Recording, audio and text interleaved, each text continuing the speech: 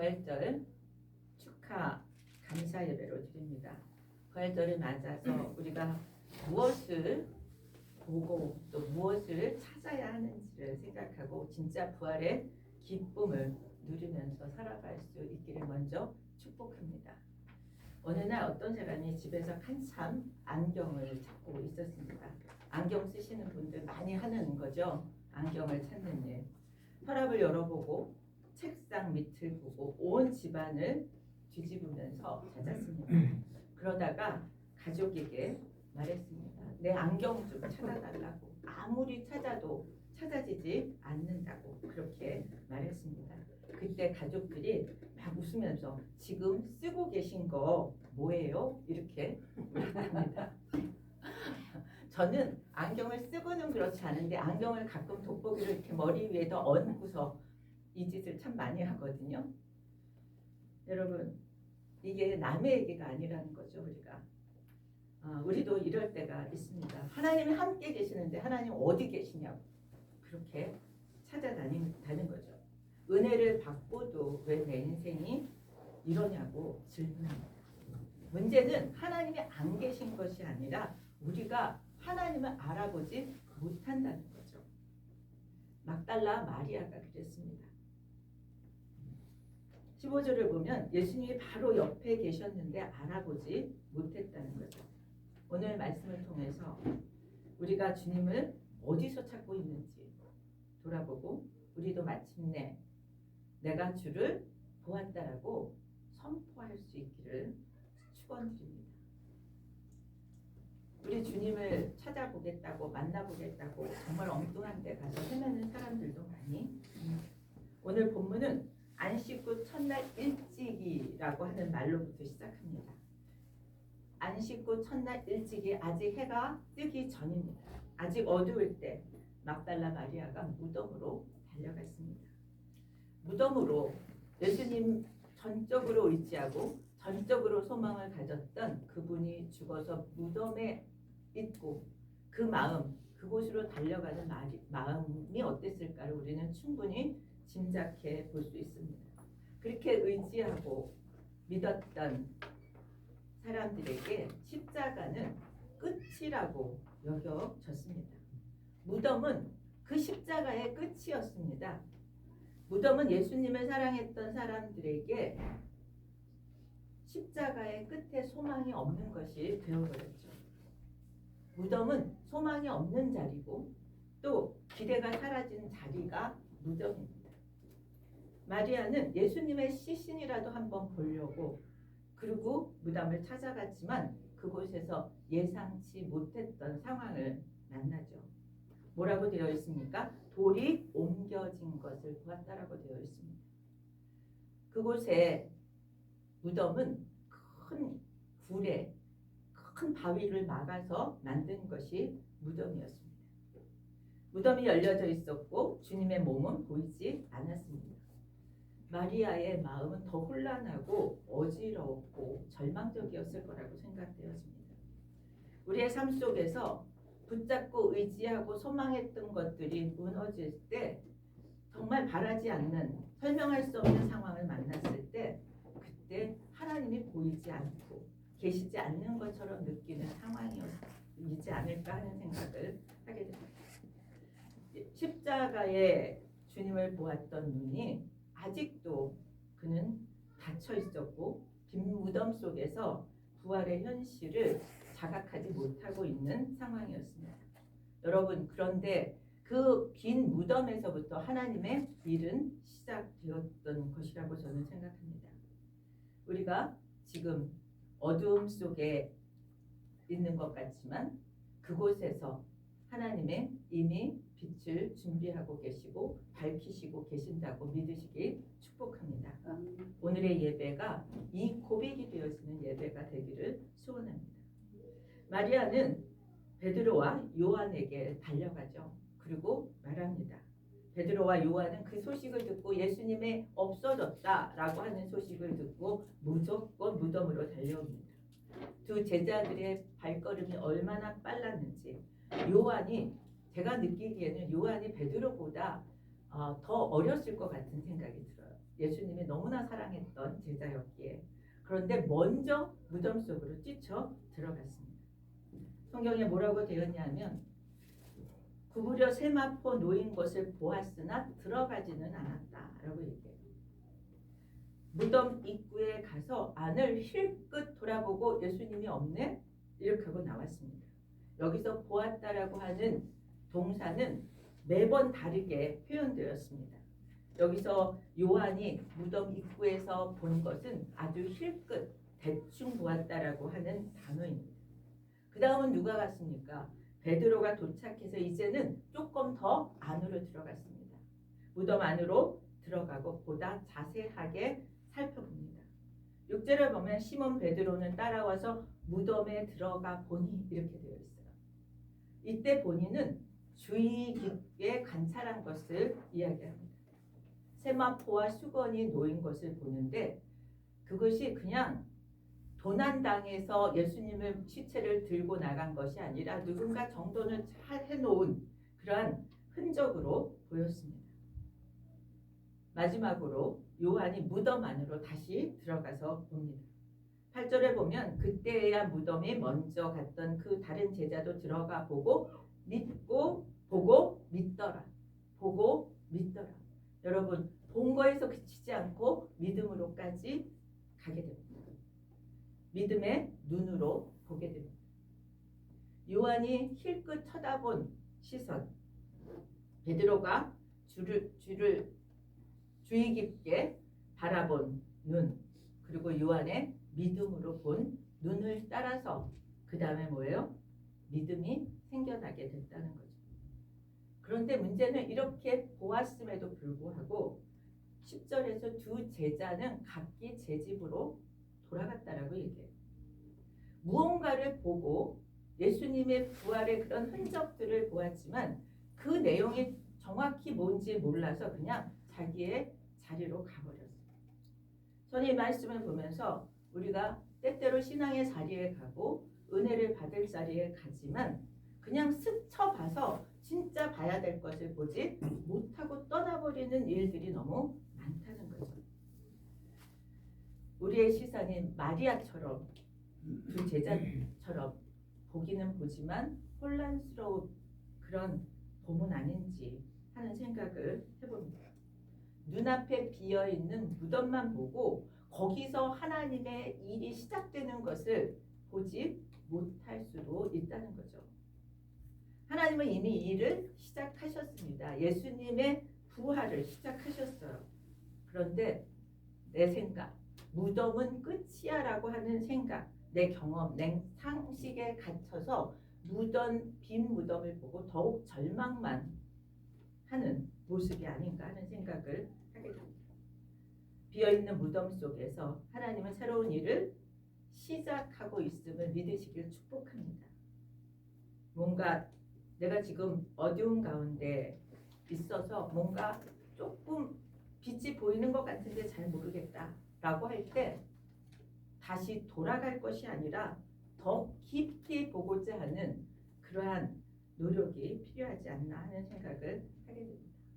어려움 가운데, 어두운 가운데 하나님의 일하심을 시작되었다라고 하는 그러한 믿음의 눈을 갖게 되기를 축복합니다. 두 제자들이 돌아간 후에 마리아는 여전히 혼란스러우니까 무덤가에서 울고 있었습니다. 그녀는 여전히 혼란했습니다. 클리어하지 않았어요. 그런데 그녀가 다시 또 안타깝게 무덤 안을 들여다봅니다. 그때 예수님이 여자여 어찌하여 우느냐 이렇게 질문하죠. 마리아는 자기의 슬픔을 말합니다. 예수님이 없어졌다라고 하는 얘기만 합니다. 그 음성이 예수님의 음성이라고 듣지 못하고 정원지기의 목소리라고 듣습니다. 혹시 하나님 우리에게 말씀을 거실 때 하나님의 음성으로 듣지 못하는 일은 없는지 하는 생각을 해봐야 할 것 같습니다. 그런데 여러분, 여자여 어찌하여 우느냐 했던 예수님이 못 알아들으니까 어떻게 해요? 마리아야 라고 부릅니다. 주님의 단 한 번의 이름을 불러주시는 순간에 마리아의 눈이 떠졌습니다. 귀가 열렸습니다. 그리고 외치죠. 라보니, 나의 선생님 하고 부릅니다. 예수님의 음성이 들리고 선생님이라고 고백하는 순간에 일어난 일이 무엇입니까? 주님을 제대로 인식하게 되어지고 주님과의 관계가 회복되어지는 순간입니다. 주님이 나를 아신다는 것, 내 이름을 부르신다는 것을 알게 된 거죠. 그리고 하나님과의 관계가 회복되어졌다는 것을 알게 됩니다. 우리가 하나님을 찾기 전에 하나님은 이미 우리를 먼저 부르고 계십니다. 나의 이름을 아시고 나의 체질을 아시고 나의 이름을 부르고 계시는 거죠. 여자여 라고 불렀다라고 그러죠. 여자여 어찌하여 우느냐. 이때의 여자는 인류 전체를 향해서 하나님 하신 말씀입니다. 인류를 향해서 예수님이 주신 부름이에요. 그렇다면 마리아야 라고 부른 것은 무엇입니까? 개인적으로 지금 친밀감의 회복을 주시는 그런 부름입니다. 인격적인 부르심입니다. 하나님은 구체적으로 우리 한 명 한 명의 이름을 부르고 계십니다.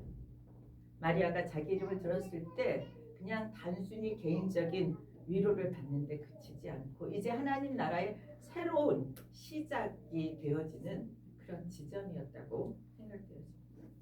마리아는 이후로 달라집니다. 어떻게 달라집니까? 울던 사람이 기쁨의 증인이 되어집니다. 분명하게 주님을 만나면 뭐예요? 이 소식을 자기만 가지고 있을 수가 없어서 제자들에게 가서 외치게 되죠. 뭐라고 외쳤습니까? 내가 주를 보았다. 이 고백은 자신의 인생이 바뀐 사람이 할 수 있는 고백입니다. 내가 주를 만났다라고 그렇게 고백되어야 할 줄 믿습니다.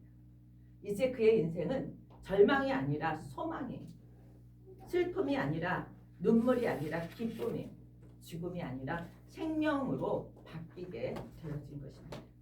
그리고 그는 뭐예요? 나는 주를 보았다라고 하는 고백을 통해서 부활의 첫 증인이 된 것입니다. 이 자리에서 주님은 우리의 이름을 마리아야라고 불렀던 것처럼 우리 개인의 이름을 부르실 것입니다. 오늘 세례받은 두 자매 시연아, 시윤아 부르시는 주의 음성을 아침마다 들으시기를 바랍니다. 고개를 끄덕했어요 우리 시윤이가. 아침마다 박시연, 박시윤, 박자 안 붙일 거예요. 시연아, 아주 다정한 음성으로 아침에 부르실 것입니다. 주님 하고 부르면 주님이 부르시는 그분의 음성을 듣고 하루를 시작하기를 축복합니다. 처음에는 뭐예요? 수많은 사람 속에 속해 있었던 많은 사람 중에 한 사람 나였지만 이제 뭐예요? 주님이 만나시면 아주 특별한 한 사람이 되는 것입니다.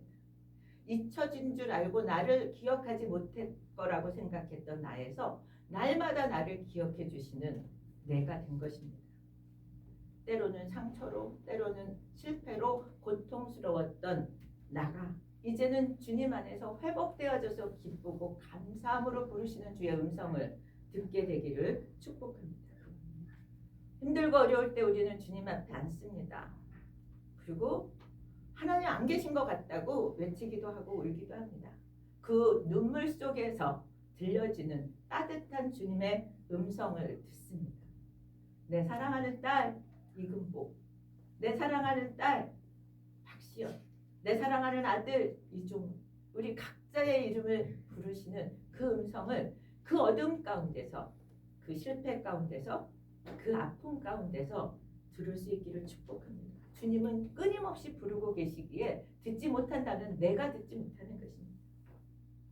그래서 이제 마리아는 절망에서 소망으로 바뀌게 되어지고 그 주님을, 부활하신 주님을 만나게 되면 이제 새롭게 시작할 수 있는 용기를 갖게 되었습니다. 쫓아가서 내가 주를 보았다라고 외칠 수 있는 담대함이 생기는 거죠. 이야기는 여기서 끝나지 않습니다. 17절에서 마리아가 예수님을 붙잡으려고 합니다. 예수님이 뭐라고 그러세요? 붙잡지 마라. 아직 내가 올라가지 못했다. 근데 네가 가서 할 일이 있어 라고 얘기하세요. 네가 가서 할 일이 뭐예요? 내 형제들에게 가서 말해. 근데 여기서 되게 중요한 얘기가 나와요. 내가 내 아버지, 내 아버지, 내 하나님, 너희 하나님께로 올라간다. 이제는 무슨 관계가 되었어요? 가족이 된 것입니다. 하나님과 가족. 예수님의 아버지가 나의 아버지가 되었고 예수님의 하나님이 나의 하나님이 된 거예요.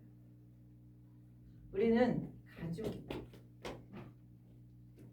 부활하신 주님 안에서 우리는 더 이상 외롭지 않습니다. 마틴 루터가 한 얘기가 있습니다. 십자가와 부활을 통해서 하나님을 인식하는 사람은 새로운 존재로 불릴 수 있다. 그렇습니다. 새로운 존재. 주님은 마리아를 새로운 존재로 파송하십니다. 17절에 너는 내 형제들에게 가서 이르라. 이르는 얘기가 대단한 게 아니에요. 내가 주를 보았다라는 얘기를 그대로 가서 하라는 얘기를 하고 있습니다. 이 제 형제들에게 가서 이르라는 말씀을 통해서 마리아는 부활 소식을 전한 첫 사도인 거죠. 사도들에게 부활의 소식을 전한 그러한 사도로 여길 수 있습니다. 우리는 질문을 받습니다. 당신은 주님을 보았습니까? 본다는 것이 무엇일까요? 시각적으로 보는 것을 말하는 것이 아닙니다. 주를 본 사람은 삶 속에서 주님의 일하심을 경험하는 것입니다. 절망 속에서 다시 일어나는 것이 주님을 본 사람이 사는 방식입니다. 죄와 죽음을 이기신 주님을 믿는 믿음으로 사는 것, 이것이 주를 본 사람의 삶입니다. 그래서 주님을 만난 사람은 낙심하지 않습니다. 좌절하지 않습니다. 다시 일어납니다. 다시 용기를 냅니다. 마리아처럼 예수 그리스도의 부활은 우리를 그냥 단순한 위로를 받는 데서 그치지 않고 세상으로 내보내는 힘인 줄 믿습니다. 우리를 새로운 존재로 불러서 우리를 다시 우리의 가정으로, 우리의 직장으로, 우리의 세상으로 나아가게 하시고, 그리고 내가 보았다라고 얘기하라고 우리를 보내시는 줄 믿습니다. 이제 주님은 어떤 자리에서도, 눈물의 자리에서도, 실패의 자리에서도, 그런 절망의 자리에서도 주님은 살아 계시고 계속해서 우리를 부르고 계십니다. 주님과 함께함으로 소망과 기쁨과 용기를 가지고 살아내는 우리들이 되기를 축원드립니다. 어떻게 우리가 살 것인지 결단해야 합니다. 여전히 내 생각, 내 두려움 속에서 빈 무덤을 바라볼 것인지, 아니면 부활하셔서 살아계신 주님을 붙들고 함께 용기 있게 나아갈 것인지 결정하라고 오늘 우리에게 말씀합니다. 더 이상 머뭇거릴 여유가 없습니다. 우리 은혜 교회 가족 여러분, 오늘의 예배를 통해서 절망의 소망으로 바뀌기를 축복합니다. 죽음에서 생명으로 우리 옮겨진 것을 누리면서 살기를 축복합니다. 눈물에서 기쁨으로 나아가는 우리 모두가 되기를 예수 그리스도의 이름으로 축원드립니다. 이 시간에 잠시 우리 기도하겠습니다. 2026년 부활절에 영적인 눈을 뜨게 해주십시오. 믿음의 눈을 떠서 무덤을 보지 않고 하나님이 시작하시는 새로운 일을 보게 해달라고, 주님이 부르시는 내 이름을 듣게 해달라고, 또 내가 주님을 보았다고 선포하는 예수님을 자랑하는 사람이 되게 해달라고, 절망의 소망으로, 죽음의 생명으로, 눈물의 기쁨으로 옮겨지게 해달라고 우리 같이 우리 자신들을 위해서 기도하겠습니다. 좋으신 하나님 아버지, 은혜를 감사합니다.